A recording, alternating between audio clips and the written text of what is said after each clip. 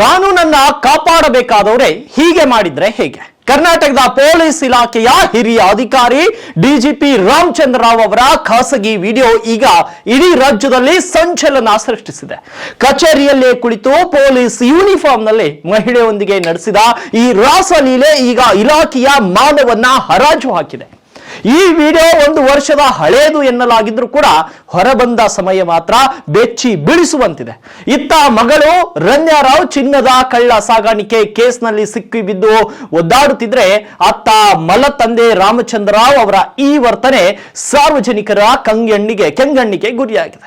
ಅಷ್ಟೇ ಅಲ್ಲ, ನಟಿ ರಮ್ಯಾಗೆ ವಿಮಾನ ನಿಲ್ದಾಣದಲ್ಲಿ ಶಿಷ್ಟಾಚಾರ ದುರ್ಬಳಕೆ ಮಾಡಿಕೊಂಡು ಸಹಾಯ ಮಾಡಿದ ಆರೋಪವೂ ಇವರ ಮೇಲಿದೆ. ಅಧಿಕಾರ ಮತ್ತು ಸಮವಸ್ತ್ರದ ಘನತೆಯನ್ನ ಇವರು ಮರೆತಿದ್ದಾರೆಯೇ?